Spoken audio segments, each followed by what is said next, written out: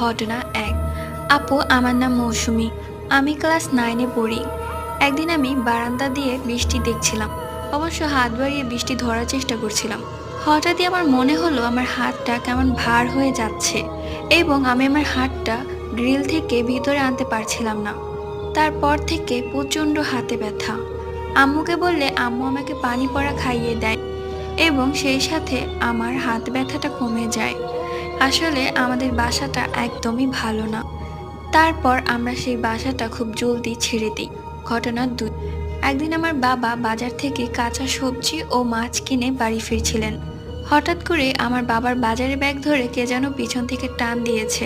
আমার বাবা পিছনে ঘুরে তাকিয়ে দেখে একটা ছোট্ট বিড়াল। তাই আমার বাবা পাত্তানে দিয়ে হাঁটা শুরু করে।